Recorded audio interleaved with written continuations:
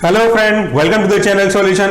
आज हम आपके बी फार्मेसी 6 सेमेस्टर का एक नया और बहुत ही महत्वपूर्ण टॉपिक में से एक टॉपिक स्टार्ट करने वाले हैं और ये आप देख करके समझ सकते हैं। हम बात करने वाले हैं कीमोथेरेपी ऑफ मैलिग्नेंसी, या इसे साधारण भाषा में बात किया जाए ताकि सबको आसानी समझ में आ जाए तो हम आज से बात करने वाले हैं कैंसर और इसके ट्रीटमेंट के डिफरेंट स्ट्रेटजी की, डिफरेंट ड्रग्स की, पैथोफिजियोलॉजी की। सबसे पहले हमको बात करना होगा कैंसर है क्या, जिसको साधारण भाषा में लोग कई बार मिस इंटरप्रिटेट करते हैं ट्यूमर से। ठीक है, ट्यूमर का एक टाइप जरूर है कैंसर, बट इसके भी अलग अलग काफी सारे डिफरेंशिएशन है जिसको धीरे धीरे आप अगले पार्ट में जानते जाएंगे। एक सिंपल सी भाषा में अगर मैं बात करूं तो जो हमारे सेल हैं वो एक स्पेसिफिक मैनर में, एक कंट्रोल मैनर में डिवाइड होते रहते हैं। जैसे ये जो आप आटे की लोई देख रहे हैं, मान लेते हैं कि ये एक कोई पैरेंट सेल है। जब कभी भी इस पे सिग्नल मिलेगा, सेल डिवीजन के प्रोसेस स्टार्ट होंगे, तो ये जो सेल डिवीजन है इस तरीके से बाइनरी डिफ्यूजन के थ्रू दो पार्ट में डिवाइड हो जाएगा। हमारा दो सेल बनेंगे, ये दो सेल आगे जाकर के फिर से अपने डॉटर सेल में टूटेंगे। तो इस तरीके से ये जो इंडिविजुअल एक सेल था वो अलग अलग सेल में इस तरह से टूटते जाएंगे, बनते जाएंगे। ये एक नॉर्मल प्रोसेस है, हमारी बॉडी में इसी तरह के सेल का ग्रोथ होता रहता है। लेकिन इसमें एक जरूरी जानकारी छिपी हुई है, वो ये जिसको हम लोग एक समझाने के पर्पज से बात करते हैं। जैसे आप लोगों ने कभी भी किसी प्रोडक्ट के मैन्युफैक्चरिंग में देखा होगा कि क्रॉस चेक होती है। सुटिक्स में अगर सुना होगा तो IPQC होता है, इन प्रोसेस क्वालिटी कंट्रोल। मतलब जैसा हमको चाहिए वैसा वो बना कि बना, इसके बारे में एक चेक कर दें।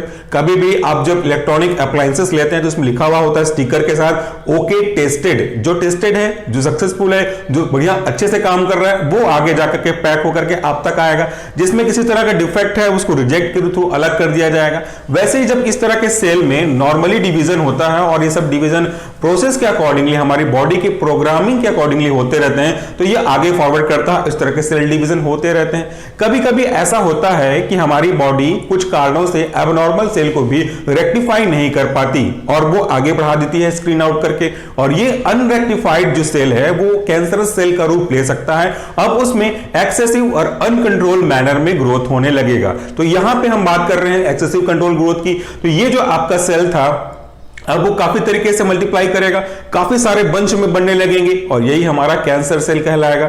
अब एक जो जानकारी यहां पे आप व्हाइट बोर्ड में देखेंगे, थोड़ी देर बाद मैं डिस्प्ले करूंगा, इसको एक्सप्लेन भी करूंगा। एक chemotherapy of anti microbial agent, या इसको यूं समझा जाए कि कीमोथेरेपी ऑफ माइक्रोबियल इंफेक्शन और कीमोथेरेपी ऑफ मैलिग्नेंसी में बेसिक डिफरेंस होता क्या है, मैं तो यूं आपको एक्सप्लेन करूंगा, बट शॉर्ट में आपको समझाता हूं। चलिए मान लेते हैं कि ये आपका एक सेल है। इस सेल को अफेक्ट करने वाला, इस सेल को इन्फेक्ट करने वाला ये माइक्रो ऑर्गेनिज्म है। ये माइक्रो ऑर्गेनिज्म बाहर से आता है और आपके इस सेल के इस पर्टिकुलर पार्ट से अटैच हो जाता है। जब इस तरह के माइक्रो ऑर्गेनिज्म बाहर से आ रहे हैं और आपकी बॉडी में अटैच हो रहे हैं, तो ये तो आपकी बॉडी का पार्ट नहीं हुआ, ये तो फॉरेन मटेरियल हुआ। और इसके जैसे ही इस पे आके बाइंड होने के कारण से आपकी बॉडी का जो होस्ट का इम्यून सिस्टम है वो एक्टिवेट हो जाता है और उसके अगेंस्ट में कुछ हद तक अपनी एक्शन को स्टार्ट भी करता है। और जब हम एंटीबायोटिक लेते हैं आर्टिफिशियल तरीके से, मतलब बाहर से लेते हैं चीज को, तो आपका एंटीबायोटिक इन दोनों में बेसिक डिफरेंस करता है, क्योंकि दोनों में डिफरेंस के लिए जो रिस्पांसिबल मेटाबॉलिक एक्टिविटी है वो दोनों में अलग अलग होगी।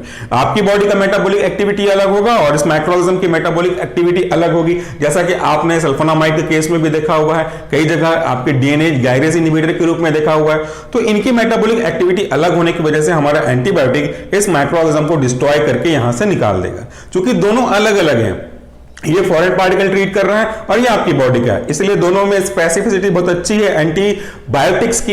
लेकिन अगर हम बात करते हैं किसी कैंसर मैलिग्नेंसी की, तो ये थोड़ा दिक्कत की बात होती है। वो कैसे? आपने देखा थोड़ी देर पहले कि माइक्रोऑर्गेनिज्म अदर पार्ट था, होस्ट के बाहर का पार्ट था, फॉरेन पार्टिकल ट्रीट कर रहे थे। बट कैंसर में जो एक्सेसिव ग्रोथ होगा वो आपकी ही इसी सेल का देखिए टूटा हुआ हिस्सा है, जो आगे जाकर के मूव कर सकता है डिपेंडिंग अपॉन द मैलिग्नेंसी और बेनाइन, ये डिपेंड करता है। लेकिन अगर हम एक जनरल बात करें मैलिग्नेंसी की, तो यहां से टूट करके दूसरे पार्ट में इस तरह से अटैच हो सकता है। इसके छोटे छोटे पार्ट टूट करके इसमें और ऐड हो सकते हैं। तो ये आप ही की बॉडी का पार्ट है जो आप ही की बॉडी में एक्चुअली जिसको अनप्रोग्राम बोलना चाहिए, अनप्रोग्राम तरीके से ग्रोथ हुआ, काफी सारा ग्रोथ हुआ, जिसका कंट्रोल अब आपके ऊपर नहीं रहा। आपकी बॉडी के कंट्रोलिंग सिस्टम पे इसका कंट्रोल अब हट गया, तो वह एक्सेसिव तरीके से ग्रोथ करने लगे। अब चूंकि सेल अधिक मात्रा में बन गया है, यहां पे सेल देख रहे हैं, तो इस सेल तक ब्लड को सप्लाई करने के लिए आपकी एंजियोजेनेसिस भी होगी ही होगी, काफी सारे ब्लड वेसल्स बनेंगे और इसके कारण से ये न्यूट्रिएंट को लेता हुआ ये जो आपका सेल है वो मल्टीप्लाई करते चलेगा, साइज में वृद्धि करती जाएगा और ये जो नॉर्मल कंट्रोल सेल था वो अब नॉर्मल, अनकंट्रोल और बड़े साइज के सेल में बदल गया। तो ये इस तरीके से समझ में आया आप लोगों को कोई कैंसर सेल है क्या, आपकी ही बॉडी का कैंसर है, आपकी ही बॉडी का पार्ट है जो डिपेंडिंग अपॉन द टाइप्स ये मूव कर सकता है from one part two other और ये एक ही जगह पे रह सकता है। इसके बारे में भी बात करेंगे। मेलिग्नेंट का मतलब होता है कि वो कैंसर का टाइप जो कि बहुत ज्यादा सीवियरिटी की ओर बढ़ सकता है, जो टूट करके, जो ब्रेक होकर के दूसरे बॉडी के पार्ट में मूव कर सकता है और उसको भी अफेक्ट कर सकता है, जबकि बेनाइन उतना डेंजरस नहीं होता एज कंपेयर अगर हम बात करें तो इसके में सीवियरिटी कम होगी और इसके में एक पर्टिकुलर पार्ट से मूव करके दूसरे पर्टिकुलर पार्ट में जाने की एबिलिटी नहीं होगी। तो ये एक बेसिक जनरल इंट्रोडक्शन हो गया कैंसर के सेल के बारे में। आज का ये वीडियो थोड़ा लंबा होगा, 2 पार्ट इसमें बन सकते हैं। तो पहले वाले सेक्शन में चलिए हम बात करते हैं कि कैंसर की कीमोथेरेपी यानी कि मैलिग्नेंसी की कीमोथेरेपी, मैलिग्नेंसी के ऊपर जो ड्रग काम करते हैं, कीमोथेरेप्यूटिक एजेंट काम करते हैं, वो और किन किन मायनों में डिफरेंशिएट हो सकते हैं हमारी chemotherapy of anti microbial drug के ऊपर। चलिए इसको मैं रखता हूं, फिर वापस व्हाइट बोर्ड में आएंगे।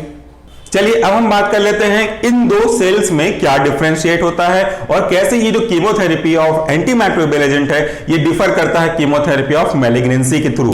सबसे पहला, chemotherapy of malignancy differ from the infection in different points. First point कहता है in infection the invading microbes in biologically foreign to the host, यानी कि जब कभी भी हम किसी ऐसे माइक्रोऑर्गेनिज्म के कांटेक्ट में आते हैं जो कि आपकी बॉडी में आने के बाद इंफेक्शन कॉज कर सकता है, उससे अपना कैरेक्टरिस्टिक प्रॉब्लम कॉज कर सकता है, तो ये बायोलॉजिकली अगर देखा जाए तो ये एक फॉरेन मटेरियल के रूप में हमारी बॉडी में एंटर करता है और ये होस्ट के लिए फॉरेन सब्सटेंस है, ये आपकी बॉडी का पार्ट नहीं है। और जब कभी भी कोई चीज जो आपकी बॉडी का पार्ट नहीं है वो आपकी बॉडी में आएगा तो इसे हम एंटीजन बेसिकली ट्रीट करते हैं। ये आपकी बॉडी में present different types of antibody के प्रोडक्शन को, उनकी एक्टिविटी को स्टार्ट कर देगा।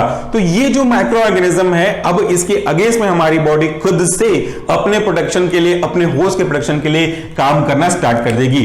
दूसरा पॉइंट अगर हम देखते हैं माइक्रो ऑर्गेनिज्म के रेस्पेक्ट में तो इट्स मेटाबॉलिक रिएक्शन, मतलब माइक्रो ऑर्गेनिज्म का जो मेटाबॉलिक रिएक्शन है वो डिफर होगा, are so different from the host. Host मतलब जिसकी बॉडी में ग्रो कर रहा होगा उसके होस्ट के मेटाबॉलिक से एक्टिविटी से काफी सारा डिफरेंस होगा। हमने आपको बताया था फोलिक एसिड सिंथेसिस इनहिबिटर के रूप में, तो आपको ये चीज अच्छे से याद होगा कि जो माइक्रो ऑर्गेनिज्म हम इनहिबिट करना चाहते हैं, जो फोलिक एसिड के लिए ससेप्टेबल है, तो उनके बॉडी में बनने वाले फोलिक एसिड को हम इनहिबिट करते हैं।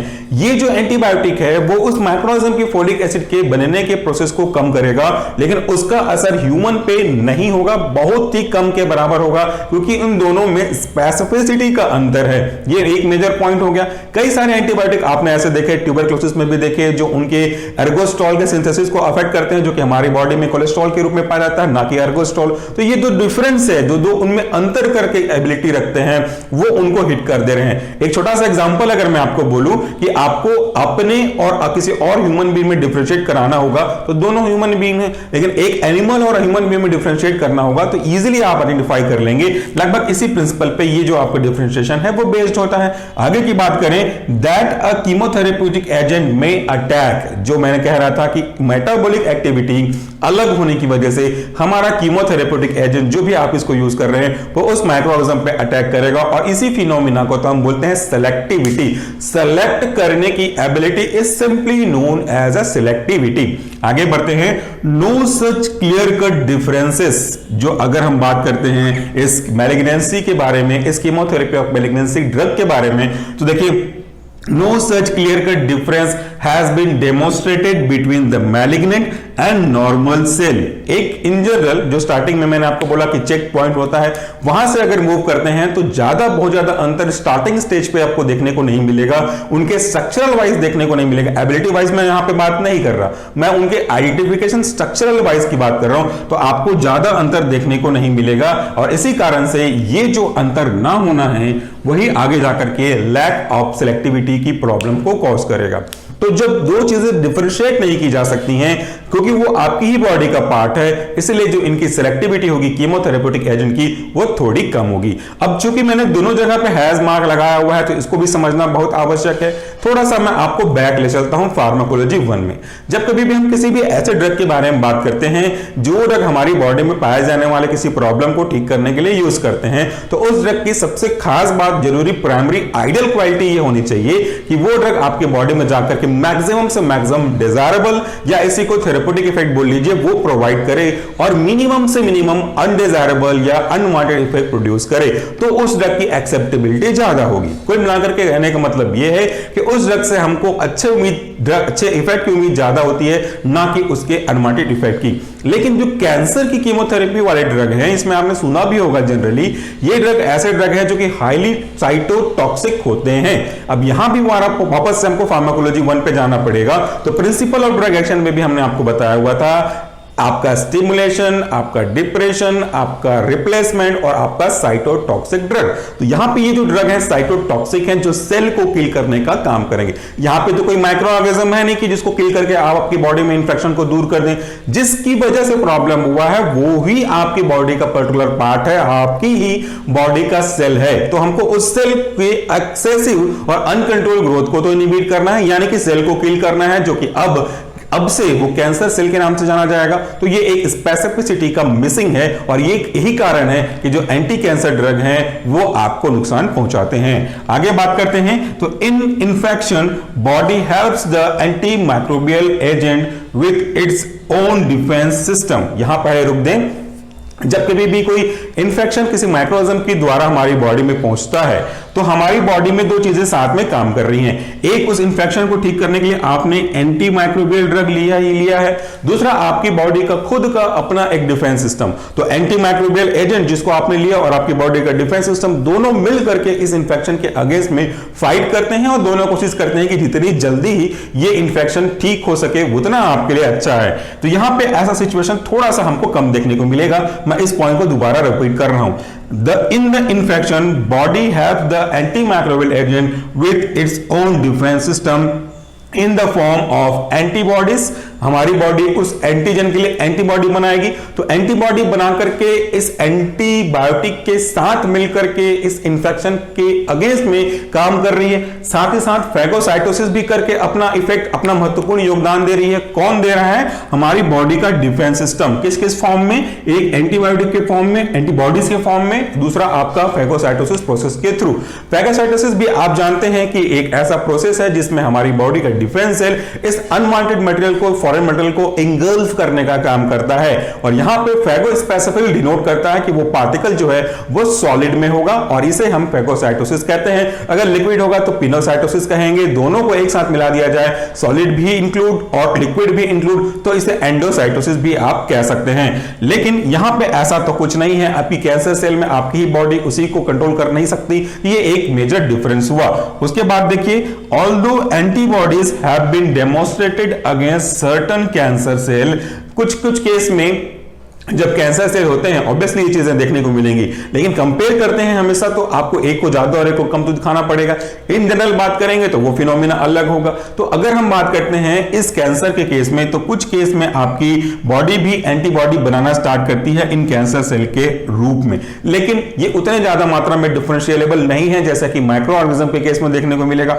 आगे देखिए, सच होस्ट डिफेंस इज लैकिंग और इनएक्यूरेट और इनइफेक्टिव। यहां पे इस तरह के जो एंटीबॉडी बन रहे हैं, इस एंटीबॉडी के बनने के बावजूद भी जो होस्ट का सिस्टम है, डिफेंस का सिस्टम है, वो पूरी तरह से इनएक्यूरेट हो सकता है या अगर काम कर भी रहा है तो इनइफेक्टिव तरीके से काम करेगा। ये तो सिंपल सी लॉजिक है। मैं इस चीज को थोड़ा सा और आपको क्लियर करने की कोशिश करता हूं। जब कभी भी हम अपनी बॉडी के एक डेवलपमेंट के बारे में बात करते हैं तो सब कुछ प्रोग्राम्ड वे में होता है। अब ये जो वर्ड है वो आप आगे भी समझेंगे। प्रोग्राम होता है, प्लानिंग जिसको हम लोग बोल सकते हैं, और दूसरा होता है अनप्रोग्राम्ड और सडनली आपके कंट्रोल से बाहर चले जाना। जब कभी भी हम कोई चीजों को सोचते हैं कि ये इतने सेकंड पर टाइम पे हो यूनिट के अकॉर्डिंगली, वो अगर उतने ही वे में हो रही है जितना आप चाहते हैं तो वो आपके कंट्रोल में है, उसको आप जितना चाहें उस हिसाब से आगे पीछे कर सकते हैं। कभी कभी ऐसा होता है कि हमारा कंट्रोल उस पर हट जाता है, अब वो बहुत ज्यादा मल्टीप्लाई करने लग जाते हैं जिसको आप अब रोक नहीं पाते। कई सारे मूवीज में इसके बारे में बात किया गया है। कोरोना वायरस के केस में भी अगर आप देखें, जस्ट फॉर एग्जांपल की मैं आपको बात कर रहा हूं, अगर इसकी लेबोरेटरी में वाकई में इसके बारे में स्टडी की जा रही होती तो वो कंट्रोल मैनर में कर रहे थे, तब तक कंट्रोल मैनर में था, तब तक कोई प्रॉब्लम नहीं हुई। और अगर ये थ्योरी को सच माना जाए और उस पे से कंट्रोल हट गया तो वो अब उनके कंट्रोल से बाहर हो गया और एक्सेसिव तरीके से ग्रोथ कर रहा है। वैसे ही हमारी बॉडी भी एक प्रोग्राम से बनाती है। जब हम छोटे से बच्चे होते हैं तब बड़े होते जाते हैं तो कितना ग्रो होना है, कितनी हाइट होनी है, कितने ब्लड वेसल्स के अंदर ब्लड का मूवमेंट होना है, हर चीज कंट्रोल होता है। दैट इज व्हाई आपको मालूम है कि आरबीसी का भी एक लाइफ टाइम होता है, डब्ल्यूबीसी का भी एक लाइफ टाइम होता है और एक स्पेसिफिक रेंज होती है जो आपने पैथोलॉजी में देखा भी होगा, इतने से इतने के बीच में नॉर्मल होता है। कभी कभी ऐसे सिचुएशन डेवलप होते हैं कि आपकी बॉडी इनकी ग्रोथ पे, इनकी मल्टीप्लिकेशन पे कंट्रोल नहीं रख पाती और इसके पीछे का कारण भी हम देखेंगे आने वाले समय में। वो आपके आज के डेट में बात करें तो पॉल्यूशन हो सकता है, जेनेटिक कारण भी हो सकता है, कार्सिनोजेनिसिटी भी हो सकती है। कुछ ड्रग ऐसे होते हैं, कुछ सब्सटेंस ऐसे होते हैं जिनको हम कंज्यूम करते हैं तो उनके अंदर ये एबिलिटी पाई जाती है कि वो कैंसर सेल को कॉज कर सकें। तो रीजन कोई भी हो, अल्टीमेटली रिजल्ट यही देखने को मिलेगा कि ग्रोथ ऑफ सेल पे अब आपका कंट्रोल नहीं रहा, इसलिए वो एक्सेसिव ग्रोथ करने लगते हैं। ये भी एक इसी कारण को समझा जा सकता है। आगे बात करते हैं कैंसर सेल, जो मैंने बताया डिफेंस सिस्टम इनइफेक्टिव होता है, उनके ऊपर ये काम अच्छे से नहीं कर सकते हैं। सो कुछ बेसिक टर्मिनोलॉजी के बारे में भी हम देख रहे हैं, अभी उसके बाद भी देखेंगे। तो देखिए, cancer of the epithelial cell, अगर एपिथेलियल सेल पे सुपरफिशियल जो हम लोग इसको बोलते हैं ऊपर पाया जाने वाला सेल, इस पे अगर कैंसर सेल होगा तो इसको हम कार्सिनोमा बोलेंगे। ये वर्ड याद रखिएगा, काम आएगा।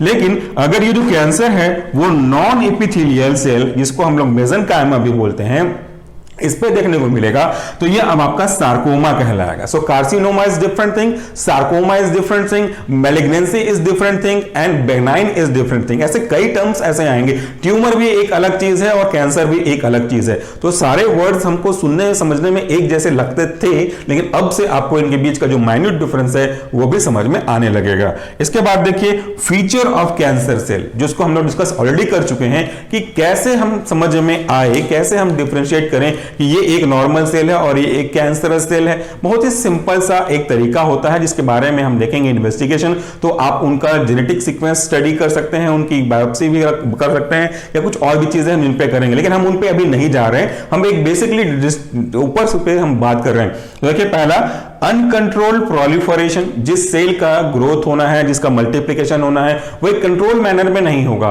1 से 2, 2 से 4 उसके बाद कंट्रोल होना चाहिए। तो वो काफी ज्यादा मात्रा में बबलिंग करने लगेगा, बहुत सारा मात्रा में बढ़ेगा और अपने आसपास के सेल को हटाते हुए एक एक्सेसिव ग्रोथ बनेगा।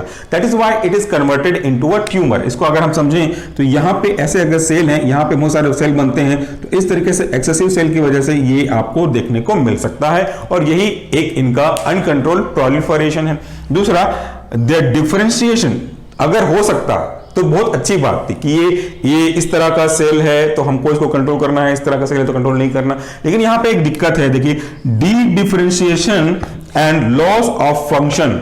जो सेल का अब डिफरेंशिएशन होना था कि इतना देर तक ग्रो कराना है, इसके बाद ग्रो नहीं कराना, वो जो एबिलिटी थी वो अब लॉस हो रही है, इसलिए हम उस पर कंट्रोल नहीं कर पा रहे हैं। तीसरा देखिए, टिश्यू म्यूटाजेनेसिस, यानी कि अब ये जो टिश्यू है वो अब प्रॉब्लमेटिक बन सकता है, वो दूसरे पार्ट को भी जाकर के अफेक्ट कर सकता है। ये एक नॉर्मल सेल और इस तरह के कैंसरस सेल में डिफरेंशिएट है। तो पहले सेक्शन ऑफ व्हाइट बोर्ड में हमने बेसिक बात किया, एक जनरल तरीके से हमने समझने का प्रयास किया। इसी वीडियो के सेकंड व्हाइट बोर्ड सेक्शन में इससे जुड़े हुए कुछ सेल साइकिल के बारे में भी बात करेंगे, बहुत सुपरफिशियली। और आपका एक होमवर्क रहेगा कि आप अपने 12th की बुक से या B pharmacy first second semester की बुक से सेल्स के ग्रोथ के बारे में, सेल साइकिल के बारे में जरूर पढ़ें, क्योंकि हम उसमें ज्यादा डिटेल से नहीं जाएंगे। चलिए देखते हैं second white board section, move करते हैं सेकंड वाले पे।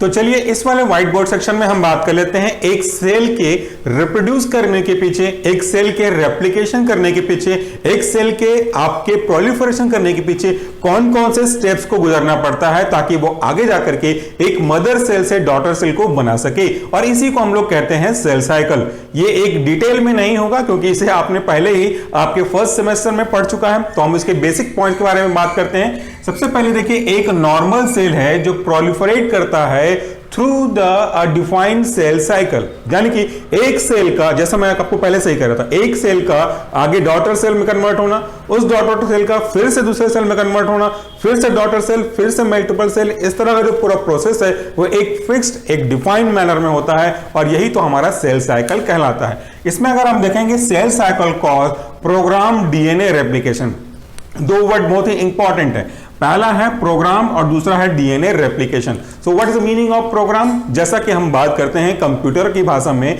या किसी जनरल भाषा में अगर बात करें तो प्रोग्राम का मतलब होता है हर एक चीज सिस्टमिक तरीके से हो, इसके बाद क्या होना है, उसके बाद क्या होना है और फिर उसके बाद क्या होना है, सबका एक प्रॉपर सीक्वेंस हो, उसी के हिसाब से चलता रहे, दैट इज कॉल्ड प्रोग्रामिंग। जो भी आप अपने कंप्यूटर में करते हैं, जो भी आप अपने वर्क को असाइंड करते हैं, वैसे ही हमारी बॉडी सेल की ग्रोथ के लिए प्रोग्राम मैनर में काम करती है कि आपको एक सेल से दूसरे सेल में मल्टीप्लाई करना है। इस बीच अगर कोई सेल ऐसा निकल करके आता है जो कि डिफेक्टिव है या उसमें किसी तरह की एबनॉर्मैलिटी है तो उसको प्रोग्राम तरीके से ही सेल को डेथ कॉज कर देना, and that is simply known as apoptosis. ये प्रोग्राम सेल डेथ है। और नेक्रोसिस के बारे में बात करेंगे तो that is not a programme death cell, that is automatically और unwillingly death of particular cell, that is necrosis. So necrosis और अपोप्टोसिस का मतलब यही हुआ कि कोई चीज प्रोग्राम मैनर में हो रही। जब आप चाह रहे हैं, जैसा चाह रहे हैं, चेक लिस्ट तैयार किया हुआ, ये है, ये है, ये है, ओके पास, अगर ये है, ये जो चाहिए था वो नहीं है, आप फेल, आप रिजेक्ट हो जाओ। तो ये प्रोग्राम के तरीके से होता है, दैट्स कॉल्ड प्रोग्रामिंग। और ये आपके इसी प्रोग्रामिंग के थ्रू डीएनए का रेप्लिकेशन होता है। अब दूसरा जो पॉइंट मैंने कहा था आपको, डीएनए का रेप्लिकेशन करने का क्या मतलब है, यह आपके लिए नया नहीं है। एक सेल के अंदर एक पर्टिकुलरली डिफरेंट टाइप के ऑर्गेनल्स पाए जाते हैं। उन ऑर्गेनल्स के कई सारे काम होते हैं जिसको आपने पढ़ा हुआ है। उसमें एक सेंटर में पाया जाएगा न्यूक्लियस। इस न्यूक्लियस में जेनेटिक मटेरियल होगा, उनका DNA, RNA, depending upon the types of organism, वो वहां पे जेनेटिक मटेरियल के रूप में होंगे। ये जेनेटिक मटेरियल अपने पास पूरे इंफॉर्मेशन को गैदर्ड करके रखता है कंडेंस फॉर्म में, कि आगे जाकर के जब भी इनका मल्टीप्लिकेशन होगा तो क्या करना है मुझे, मल्टीप्लिकेशन के बाद जब इनका ग्रोथ होगा तो किस किस पार्ट में मुझे ग्रोथ को रेगुलेट करना है और कितने टाइम तक मुझे ग्रोथ को रेगुलेट करना है। अगर ऐसा नहीं होता, रेगुलेशन नहीं होता, प्रोग्रामिंग नहीं हुई होती, तो जैसे हम एक छोटे से फीटस से डेवलप होते होते हुए एक एडल्ट मैच्योर तक पहुंचे हैं, हमारी हाइट एक पर्टिकुलर टाइम पे आने के बाद रुक गई है, और अगर ऐसा नहीं हुआ होता तो प्रोपोर्शनली अगर आप सोचें कि आपको 15 साल में इतनी हाइट मिली है तो 30 साल में क्या होता, 45 साल में क्या होता, एंड वाइज वो मूव करते रहता। बट ऐसा होता नहीं, ये बिकॉज ऑफ प्रोग्रामिंग, कि अब आपका ये हाइट वाला फैक्टर है यहां पे रुक जाएगा। सो सारी इंफॉर्मेशन का गैदर्ड फॉर्म में होता है डीएनए में, और जब ये डीएनए कंटेनिंग सेल का रेप्लिकेशन होगा तो सेम क्वालिटी, सेम इंफॉर्मेशन आगे जनरेशन में कैरी फॉरवर्ड होगी। इसके बाद देखिए, mechanism of cell cycle is same in all dividing cell. अब हमने बात किया था कैंसरस सेल के बारे में, तो सबसे पहले हम एक बार टैली कर लेते हैं। नॉर्मल सेल के बारे में अभी आपने देखा कि ऐसा ऐसा सेल डिवीजन होता है, ऐसी ऐसी प्रोग्रामिंग होगी, उनको इस तरह के सेल साइकिल से गुजरना पड़ेगा, तब जाकर के एक डॉटर सेल में कन्वर्ट हो पाएंगे। कैंसर सेल के साथ भी प्रोसेस यही होता है, रिजल्ट थोड़ा अलग होगा। प्रोसेस का मतलब यही कि बाकी उनको भी इन्हीं स्टेप्स को गुजरना पड़ेगा, G0, G1, S, G2, M, ये सब फेज से गुजरना पड़ेगा, लेकिन इनका जो मल्टीप्लिकेशन का रेट है वो as compare to the normal one वो ज्यादा होगा। वो चेक पॉइंट मिस कर जाएगा, जिसके कारण से एबनॉर्मल सेल वो आगे मूव करेंगे, देन एबनॉर्मलिटी डेवलप होती जाएगी, जिसको आप इसी वीडियो के लास्ट में भी एक बार छोटे से एनिमेशन या डायग्राम के फॉर्म में दोनों में से किसी एक के रूप में देख पाएंगे। तो ये एक जनरल है आपकी कैंसरस सेल के लिए भी और एक नॉर्मल सेल के लिए भी। चलिए अब हम बात कर लेते हैं कि एक सेल के सेल साइकिल में कौन कौन से फेज और एक पर्टिकुलर फेज में कौन कौन से सब स्टेप्स होते हैं। ये डिटेल में नहीं होगा क्योंकि आपने इसे पढ़ा हुआ है। तो फेज के अंदर हम पहली बार बात करते हैं, पहला फेज होता है G0 फेज, और इस G0 फेज को हम लोग ये भी बोल सकते हैं गैप जीरो फेज और रेस्टिंग फेज। अब इन तीनों में नाम आपको पूरा क्लियरली समझा रहा है कि इस फेज में होगा क्या, ये आपके फर्स्ट सेमेस्टर में भी काम आएगा। G0 मतलब, जीरो मतलब होता है ऐसी कोई खास करके वैल्यू ना हो, एक समझाने के पर्पज से मैं आपको एक्सप्लेन कर रहा हूं, that's kind of trick only. दूसरा गैप भी बोल सकते हैं, G stand for gap. Gap का मतलब क्या होता है, जैसे आपकी क्लास चलती है, आपकी कॉलेज में फर्स्ट क्लास होता है, उसके बाद सेकंड क्लास होता है, बीच में कुछ गैप्स होंगे, आपको शॉर्ट रिसेस होगा, लंच ब्रेक होगा, किसी भी काम के खत्म होने और दूसरे काम के शुरू होने के बीच का जो टाइम है जिसमें आप कुछ नहीं कर रहे, आप अपना काम रेस्ट कर रहे हो या फिर अपना कोई डेजिग्नेटेड वर्क कर रहे हो जो कि असाइंड नहीं है, this depend on you only, या आप रेस्ट भी कर सकते हो, तो that time is called gap. और चूंकि मैंने कहा कि दो के गैप में आप रेस्ट भी कर सकते हो, कोई काम नहीं कर रहे होते, दैट इज रेस्टिंग फेज। और रेस्टिंग फेज मतलब no work, that means it is written as non proliferative phase, यानी कि एक ऐसा फेज जहां पे सेल का प्रोलिफरेशन ना हो रहा हो। What is the meaning of proliferation? Proliferation एक जस्ट टर्मिनोलॉजिकल वर्ड है, शाब्दिक अर्थ बहुत सिंपल से ग्रोथ या मल्टीप्लिकेशन, यही कहलाता है आपका प्रोलिफिकेशन, लेकिन वर्ड अच्छा है इसलिए यही वर्ड यूज करें आप। उसके बाद देखिए G0 के बाद अगला जो हमारा सेल साइकिल का फेज आएगा that is G1 phase. G1 stands for again gap phase, और यहां पे 0 नहीं है, यहां पे 1 है, मतलब यहां पे कुछ एक्टिविटी हो रही होगी, and that is also known as a pre synthetic phase. देखिए प्री और सिंथेटिक फेज, इसका क्या मतलब है? हमेशा अगर आपको उस वर्ड का मतलब ना मालूम हो तो डू नॉट वरी, उस वर्ड से ही पूछे कि आपका मतलब क्या है, उसको एक काल्पनिक कैंची से ब्रेक करें, आपको आपका मतलब बताएगा। देखिए प्री का मतलब होता है पहले और सिंथेटिक मतलब होता है सिंथेसिस की प्रोसेस स्टार्ट होने वाली। सो सिंथेसिस के पहले स्टार्ट होने के लिए हमको क्या करना पड़ेगा? वो जो भी पूरी एक्टिविटी होगी वो गैप 1 G1 फेज में होगा। इसमें देखिए cell determines its readiness to commit the DNA synthesis, यानी कि सेल अपने आप की एनालिसिस करता है कि क्या मेरे पास वो हर चीज आ गया है जिसको मुझे यूज करना है आगे जाकर के सेल के ग्रोथ के लिए, सेल के रेप्लिकेशन के लिए, सेल के प्रोलिफरेशन के लिए। अगर ऐसा है तो हाँ, मुझे अब प्रोसेस को स्टार्ट कर देना चाहिए ताकि मैं आगे जाकर के डीएनए की सिंथेसिस कर सकूं। चलिए एक सिंपल सा एग्जांपल लेते हैं। जब कभी भी आप खाना बनाने की कोशिश करते हैं, अगर आप फीमेल हैं मेल है डजंट मैटर, आजकल तो सब खाना बनाते हैं, तो आप क्या करते हैं? आप गैस चालू करते हैं, फिर आप सब्जी काटते हैं, फिर आप कुछ बाकी चीजों को लेकर के आते हैं, तब तक तो पूरा खेल खत्म हो जाएगा। आप क्या करते हैं? एक वाइज तरीका क्या होता है, एक सही तरीका क्या होता है कि आप हर एक चीज को अपने पास अरेंज करके लेके आकर रखेंगे जिस चीज की आपको आवश्यकता होगी किसी भी काम को करने में। एग्जांपल की बात कर रहे थे तो खाना बनाने में जो भी रॉ मटेरियल चाहिए होगा आपको, जो भी स्पाइस वगैरह चाहिए होंगे, जो भी यूटेंसिल्स वगैरह आपको चाहिए होगा, आपने हर चीज को कलेक्ट कर लिया, देन आप स्टार्ट करते हैं। अगर ऐसा ना करें, स्टार्ट करने के बाद हर चीज को यहां से वहां ढूंढेंगे तो प्रॉब्लम हो जाएगी। बिल्कुल वही सेल का फेज में G1 में कहता है गैप 1 और प्री सिंथेटिक, यहां पे सभी चीजों को इकट्ठे करना ताकि डीएनए की सिंथेसिस स्टार्ट हो सके। अब जब चूंकि सब कुछ इकट्ठा हो गया हमारे पास, हमको स्टार्ट करना होगा, that is a S phase. अब इस एस फेज को भी यूं समझ सकते हैं, एस फॉर सिंथेटिक और एस फॉर स्टार्ट। तो ये जो आपका एस फेज है इसको हम लोग बोलते हैं सिंथेटिक फेज, जहां पे एक्चुअल में सिंथेसिस होगी। सिंथेसिस किसकी? कोई आर्टिफिशियल केमिकल के नहीं, it is a process of cell replication, उसके स्टार्टिंग होगी। देखिए इन्वॉल्विंग डीएनए सिंथेसिस, ये डीएनए की सिंथेसिस होगी जो कि सेल के लिए रिस्पॉन्सिबल है आगे की कंडीशन के लिए। तो यहां पे हमारा डीएनए सिंथेसिस स्टार्ट होता है। अगला स्टेप है G2। नाउ 2G हमारे पास आ गए, G0 G1 S, देन उसके बाद आएगा G2, इसको हम लोग बोलते हैं गैप 2, गैप 0 गैप 1 गैप 2, नाम से समझ में आ रहा है आपको। इसको हम लोग और बोल सकते हैं post synthetic phase. Post synthetic phase और प्री सिंथेटिक फेज में क्या अंतर है? सिर्फ एक वर्ड का, दैट इज प्रीफिक्स का। प्री मतलब पहले, पोस्ट मतलब बाद। तो सिंथेटिक के पहले क्या किया आपने? अरेंज किया। अब सिंथेसिस होने के बाद क्या करेंगे? एक क्रॉस चेक करेंगे। इसी एग्जांपल को कैरी फॉरवर्ड करते हैं। आपने खाना बनाने से पहले सबकी तैयारी कर ली, खाना बन गया, अब क्या आप डायरेक्टली इस खाने को मेहमानों को सर्व करेंगे? आप क्या उसमें एक बार चेक करना नहीं चाहेंगे कि नमक ज्यादा हो गया है, क्या चीजें कम बेसी हो गई है, या डायरेक्टली आपने रैंडमली जैसा जैसा आपको बना और सीधा सर्व करेंगे? आप एक बार खुद से क्रॉस चेक तो करते हैं। पिछले ही सेक्शन ऑफ दिस वीडियो में मैंने आपसे आईपीक्यूसी के बारे में बात किया था, क्रॉस चेक का। तो ये जो फेज है बिल्कुल वही है। इसमें क्या होता है? इसमें accuracy of DNA replication is determined and errors are corrected। इसमें डीएनए के रेप्लिकेशन में क्रॉस चेक करते हैं कि क्या डीएनए का रेप्लिकेशन सही हुआ है, हमको जो चाहिए थे, जिस तरीके के सेल चाहिए थे वैसा हुआ है, कहीं कोई किसी कारण से known reason, unknown reason, whatever reason की वजह से कहीं ऐसा तो नहीं हो गया कि कोई ना कोई एरर आ गया हो। ये एरर हमको इरेडिकेट करना है, ठीक करना है। अगर एरर आया है तो उसको ठीक करिए और वापस से प्रोसेस को स्टार्ट करिए।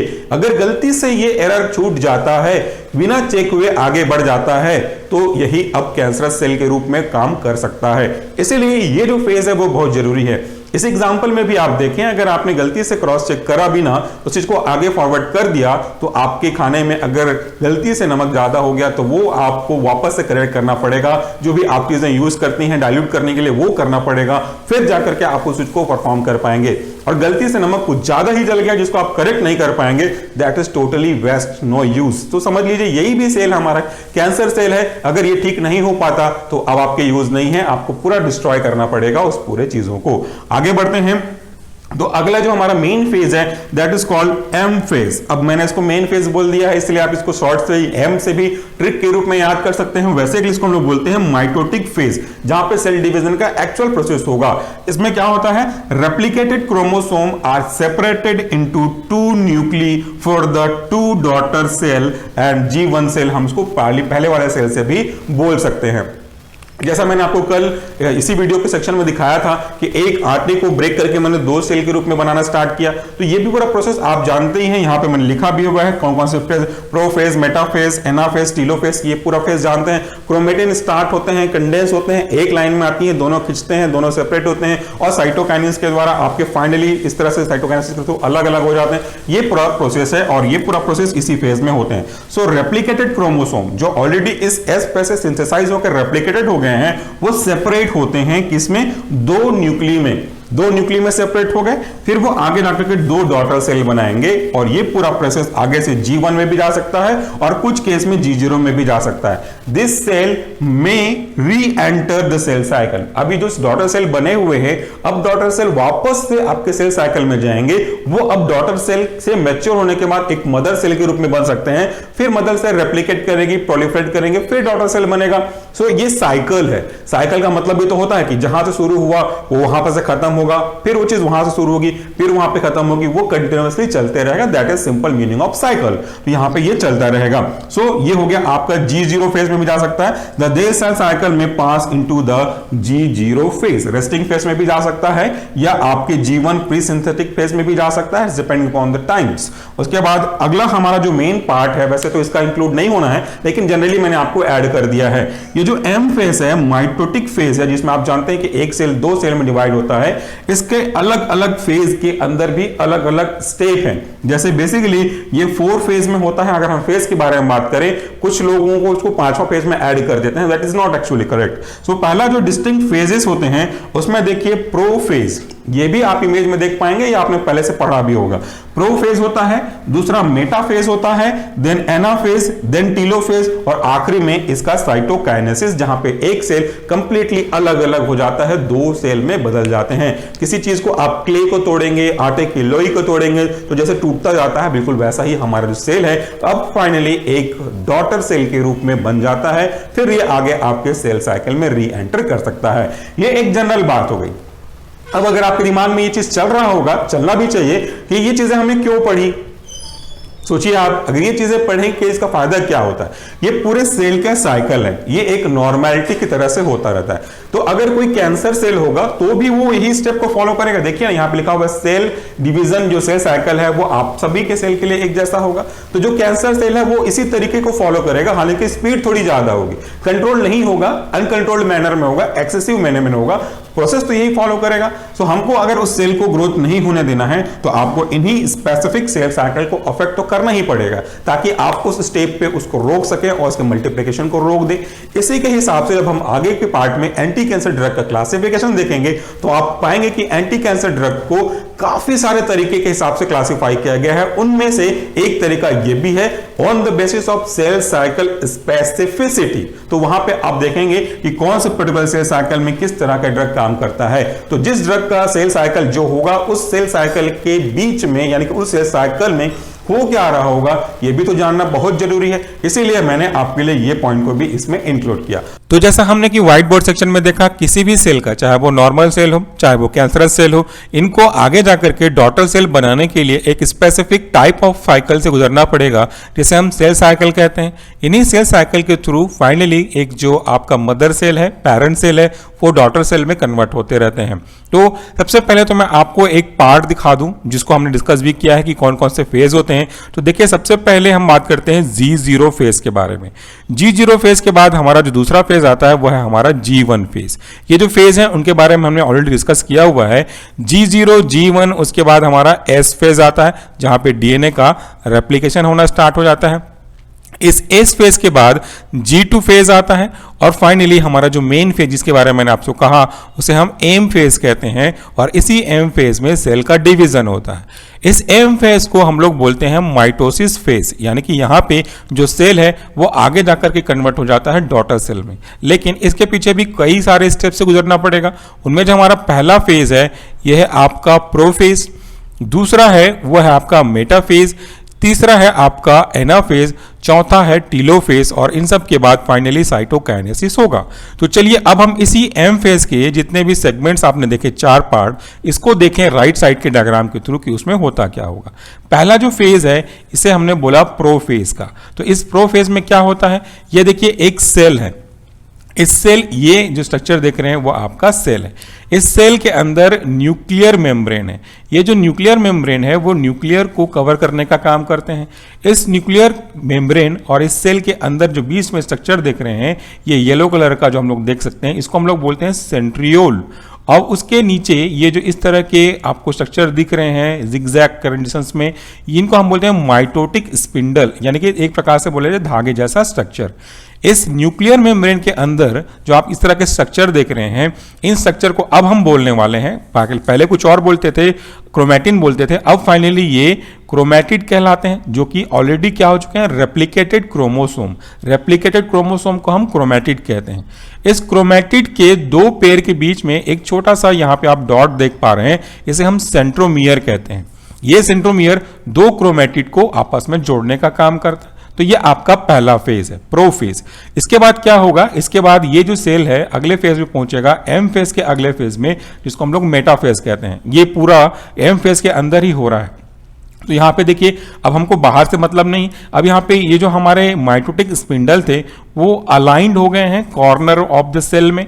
इसके साथ साथ जो हमारे सेंट्रोमियर थे और हमारे सेंट्रोमियर के साथ हमारे जो क्रोमैटिड थे वो रेस्पेक्टिवली एक सेल के सेंटर में आ गए। देखिए यहाँ पे एक सेंटर है, यहाँ पे एक सेंटर है, यहाँ पे सेंटर है, सेल के बीचों बीच आ गए।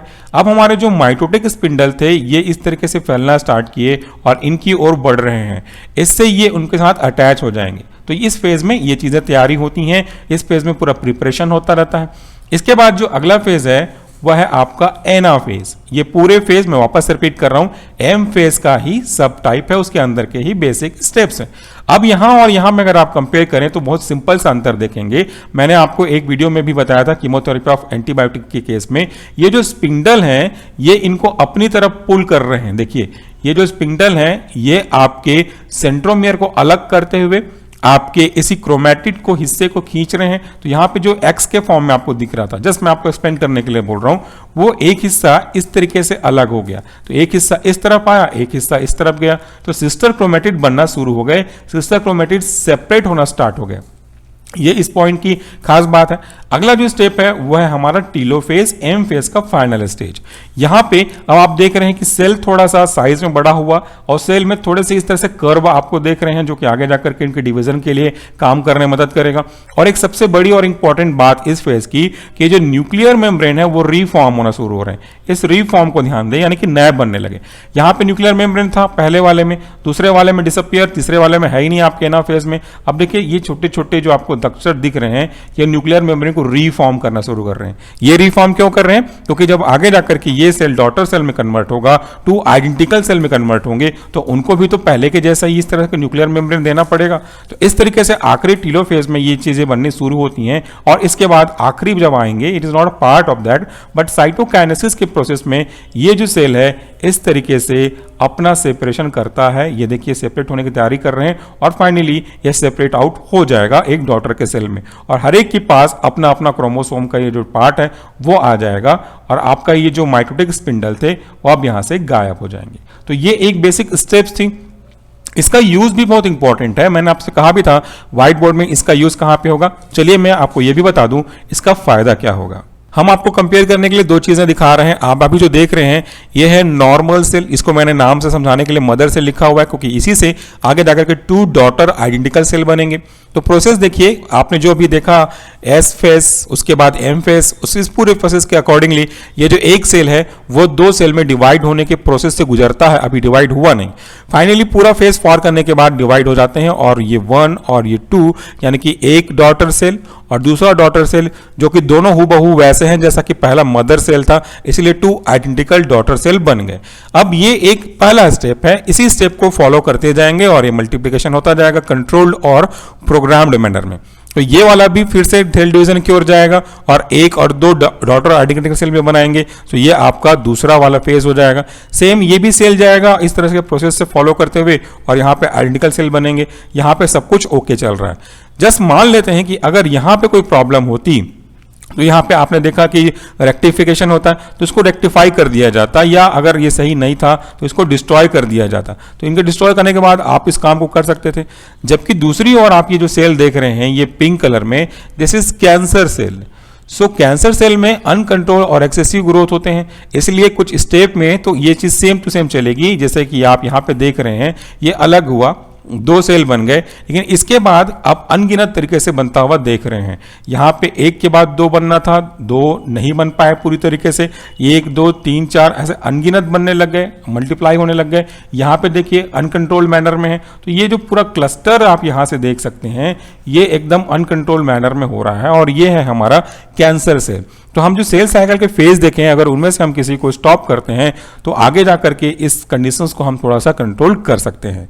तो इन 2 व्हाइट बोर्ड सेशन के साथ आज का हमारा जो टॉपिक था, just basic introduction about the cell cycle along with chemotherapy of malignancy, ये कंप्लीट होता है। तो friend that's all for the day. इन दोनों का व्हाइट बोर्ड शॉट अगर आप चाहते हैं थोड़ी देर में ले सके तो मैं यहां से हट जाऊंगा, आप उसके बाद ले सकते हैं। इस वीडियो के लास्ट में डिस्क्रिप्शन बॉक्स में जरूर जाइएगा, वहां पे आपके लिए हमेशा की तरह फ्री में डिस्क्रिप्शन बॉक्स में एक ऑनलाइन टेस्ट का लिंक होगा जिसे आप अटेंड करके ये जान सकते हैं, समझ सकते हैं कि आपने आज के लेक्चर को कितना सुना, समझा और आप इसको कितना एक्सप्लेन कर सकते हैं। That's all for the day. Reference के बारे में बात करें तो इसको मैंने कई सारे बुक से मिलाकर के लिया हुआ है। केडी त्रिपाठी, पी जगदीश प्रसाद, सतोषकर, इन 3-4 चीजों को मिलाकर के मैंने लिया हुआ है। So friend again thank you, नमस्कार, टेक केयर।